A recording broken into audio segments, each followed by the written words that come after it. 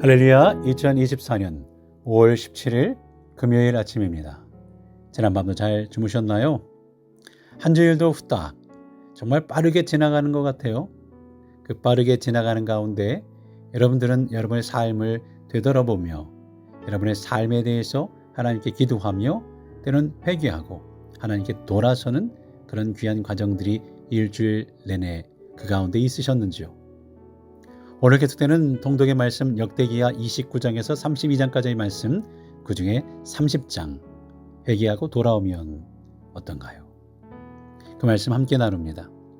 레 미제라블의 저자로 유명한 빅토르 위고, 여러분들 많이 들어보셨죠? 레 미제라블의 저자 빅토르 위고.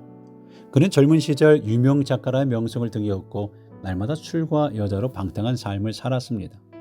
그러던 중 1841년에 그의 인생을 송두리째 바꾸게 되는 비극적인 일이 발생하게 됩니다. 그의 딸이 사유와 함께 파리의 세느강에 몸을 던져 자살을 하고 만 거예요. 딸에 담긴 유서에는 아버지가 방탕한 삶을 그만두고 새로 거듭나기를 바란다라는 내용이 적혀 있었죠. 야, 이런 얘기를 듣는다면 그의 삶은 어땠을까요? 그는 회개를 요구하는, 삶에 방탕하면서 돌아서기를 요구하는 딸의 유서를 손에 들고 울부짖기 시작합니다. 이것이 하나님이 나에게 내리신 심판이구나 라고 말이죠. 그로부터 그는 10년간 작품 활동을 접은 채 프랑스 재무국의 복지를 맡아보는 하급 공무원으로 희생적인 공무원 생활을 하기 시작했습니다.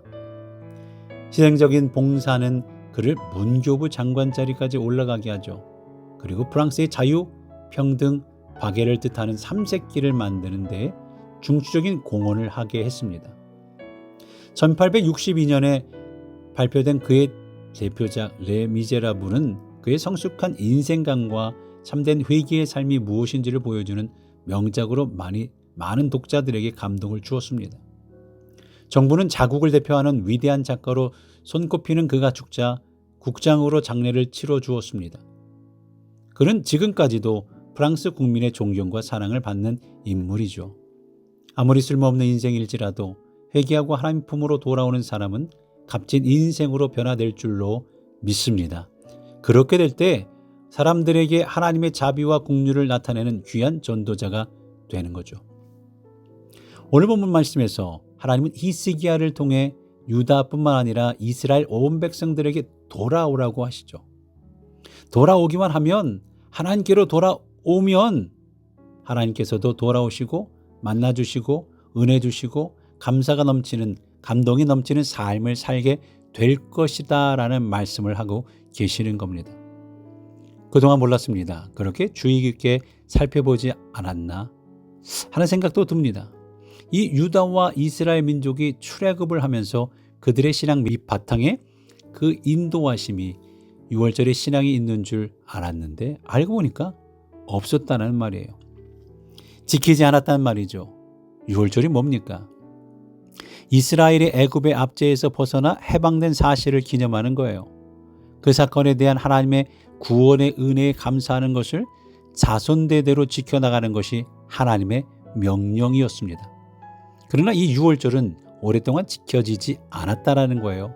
이스라엘과 유다가 모두 하나님이 아닌 헛된 우상들을 숭배하는 일에 정신이 없었기 때문이죠.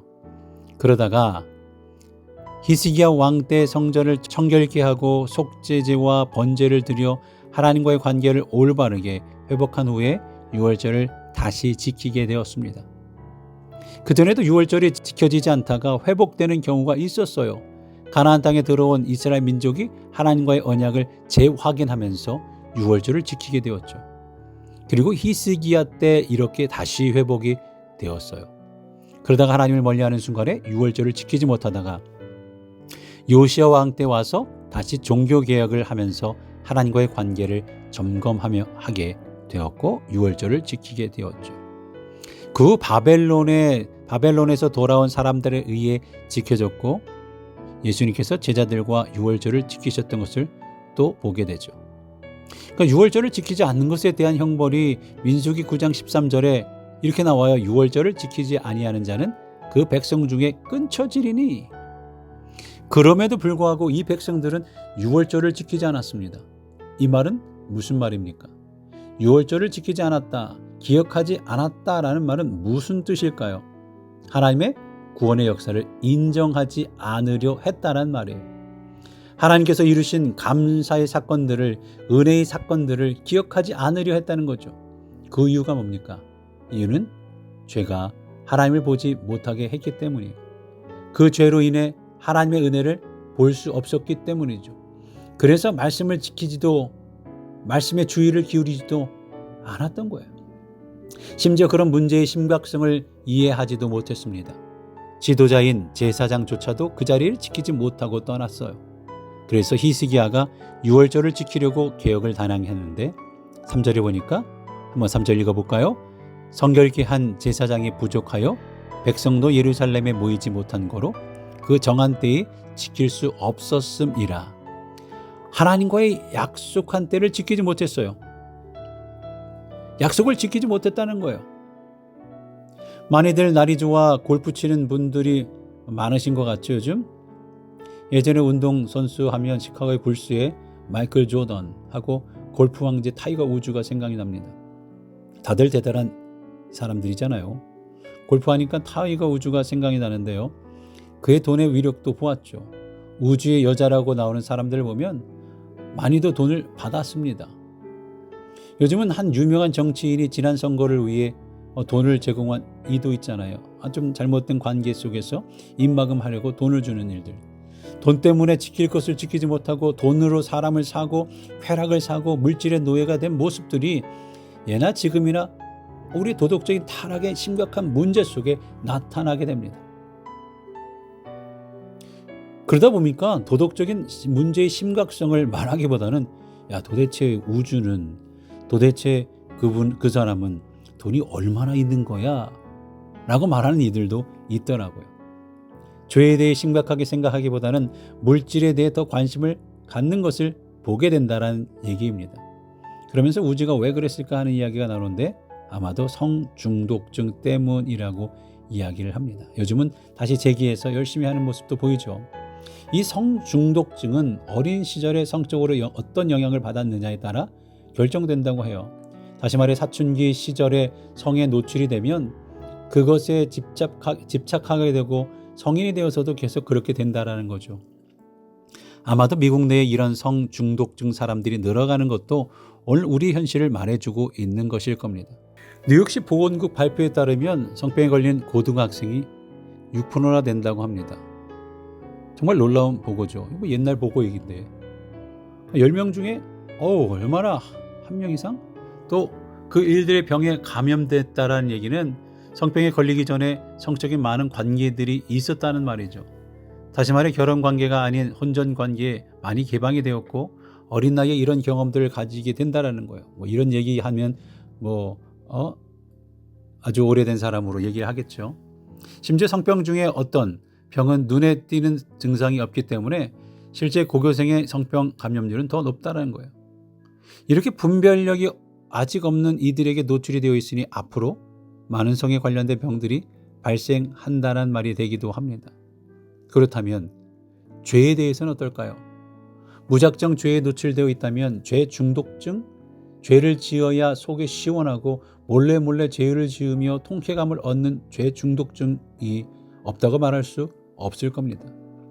그런 죄에 노출이 된다면 우리는 우리도 알지 못하게 죄에 대해 무방비 상태가 되고 하나님을 멀리하고 하나님을 대적하는 죄를 무덤덤하게 받아들이게 될 겁니다. 이런 삶을 아셨는지 하나님께서는 히스기야의 입을 통해 말씀하시고 명령하고 계셔요. 1절 보니까 하나님 여호와를 위하여 유월절을 지키라. 히스기야가 말을 하고 있지만 하나님의 명령을 그의 입을 통해서 반복하고 있는 겁니다. 또한 하나님은 보발군을 보내요. 사자들을 보내요. 하나님의 명령과 말씀을 전하게 하시는 거예요. 보발군이 가지고 다니며 전하는 히스기야의 명령이며 하나님의 명령이 무엇이었습니까? 백성들이 조상들의 하나님에게로 돌아오면 하나님이 그들에게 돌아오실 것이다 라고 말씀하고 있는 거예요. 이것이 신앙관계의 원칙입니다. 하나님을 찾으면 하나님도 찾으신다. 너희 남은 자들도 서로 사로잡힌 자들도 구절에 돌아올 것이라고 하나님의 말씀을 전하고 있는 거예요. 무슨 말씀이에요? 돌아오면 여호와께서 너희에게로 돌아오신다. 그렇기 위해서는 회개해야 한다는 말이에요. 다시 말해 회개에 대한 말씀의 선포가 유월절을 지키라고 말씀하면서 선포된 거예요. 이는 마음을 돌이키는 회개였습니다. 이의 반응은 어떤가요? 2절 끝에 유월절을 지키려 하였으니 라고 백성들의 마음에 새로운 변화의 조짐이 일어났어요. 오랫동안 유월절을 등한시하고 우상과 세속에 깊이 빠져있던 많은 백성들이, 특히 북이스라엘이 유월절을 지키려고 했던 거예요. 회개란 돌아서는 거 아닙니까? 회개에 돌아서다는 거예요. 이는 단순히 사람의 동작만을 뜻하는 단어가 아닙니다. 구약 히브리어의 니캄, 슈바, 그리고 신약의 헬라어의 메타노이아라는 것은 마음의 돌이킴을 뜻하는 거예요. 회개의 시작입니다. 미세한 마음의 전환을 말합니다.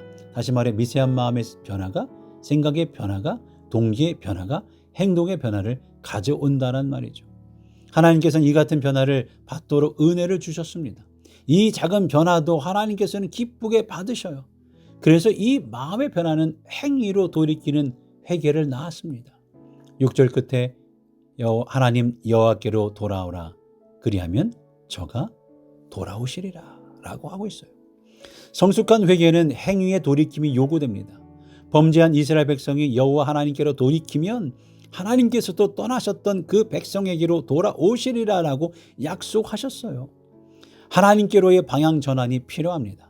죄와 악으로부터 돌이켜 여호와께로 삶의 궤도를 수정할 때에 하나님으로부터 환영과 사랑을 받게 되는 줄로 믿습니다. 가룟 유다가 예수님을 은 30개를 받고 팔았지만 나중에 뉘우치고 자살했어요. 이는 참된 회개가 아니죠. 왜냐하면 그가 하나님께로 돌아서지 않고 스스로 죄책을 감당하려고 했기 때문입니다. 우리는 스스로 죄 문제를 해결할 수 없습니다. 그러므로 십자가로 나아가야 합니다. 하나님의 말씀은 여호와께로 귀순하여 8절에 그의 사랑을 회복하도록 권고했어요. 은혜를 기억하고 돌아오라는 말씀입니다. 하지만 히스기야의 편지를 받아본 사람들은 두 가지 반응을 보였죠. 먼저 비웃는 자들이 있었어요. 참, 뭘 돌아오긴 뭘 들어와. 이 세상 속에 무슨 지금 하나님의 은혜를 비웃는 자에게 더 이상 기회는 없을지 모릅니다. 홍수 심판 때 노아를 비웃었던 사람들, 권위하는 롯을 비웃었던 사회들처럼 오늘도 자신의 지혜를 의지하는 수많은 지식인들과 재력가가 말씀과 신앙을 비웃을지 모릅니다. 이런 과학 문명이 발달한 현대에 하나님이 어디 있냐고 할지 모릅니다. 그들에게 뭐가 남아있을까요? 심판입니다. 그러나 히스기야의 편지를 받고 마음을 돌이키는 사람들도 있었어요. 그것은 그들을 감동시킨 하나님의 은혜 때문이에요. 그들은 회개를 했습니다. 명령대로 준행했습니다. 하나님의 말씀이 선포될 때 굳은 마음을 버리고 겸손한 태도로 나아갈 때 은혜를 입을 수 있었습니다. 오늘 우리는 탕자와 같은 아들과 딸일지 모릅니다. 하지만 아버지께로 돌아서야 합니다. 우리 아버지께서는 우리 모두를 기다리고 계십니다. 재산을 탕진하고 가진 것 없어도 하나님은 우리를 기다리고 계셔요. 하나님께서 친히 말씀하시기를 오라 우리가 서로 변론하자. 너희 죄가 주홍 같을지라도 눈과 같이 희어질 것이요 진홍같이 붉을지라도 양털같이 되리라 라고 하셨습니다. 지금 우리는 어떤 상황에 있습니까? 그래도 주님께로 돌아서십시오. 죄와 악에서, 불의와 불순종에서, 불신앙에서 돌아서기 바랍니다. 돌이키는 성도들에게 주님의 용서와 축복이 있을 줄로 믿습니다. 우리 함께 이 마음으로, 이 믿음으로 우리 성도를 위해서 서로 위해 기도하길 바랍니다. 주님께로 돌아오시기를 기도하기 바랍니다. 우리의 자녀들이 주님께로 돌아올 수 있도록 기도할 수 있기 바랍니다. 그리고 우리 성도님들의 건강을 위해서 기도해 주시기 바랍니다. 최기자 집사님, 어제도 뵙고 건강이 조금씩 회복되는 것 같아요. 잘 회복되도록. 이지영 집사님 건강 회복을 위해서, 성화 학생을 위해서, 장자승 권사님 기침 다 떨어지도록, 손배영 권사님 건강하시도록, 발 아프신 분 치유되고 의사를 만날 수 있도록, 암 진단 중에 계신 분들을 위해서 기도해 주시고, 김성자 집사님 건강을 위해서 기도해 주시기 바랍니다. 또한 출타 중인 미셸 위 우리 성도님 또 한국에 가신 분들 잘 돌아오실 수 있도록 함께 기도해 주시고요. 우리의 직장 일터 영주권을 위해 각 우리의 자녀들의 구원을 위해 함께 기도해 주시고 청년들을 위해서 기도해 주시며 교육부를 위해서 우리의 모든 부서들을 위해서 기도해 주시기 바랍니다. 오늘도 함께 기도하며 서로를 생각하며 하나님께 간구하는 마음, 귀한 마음으로 이 하루를 출발할 수 있는 저와 여러분 되시기를 바랍니다. 기도합니다.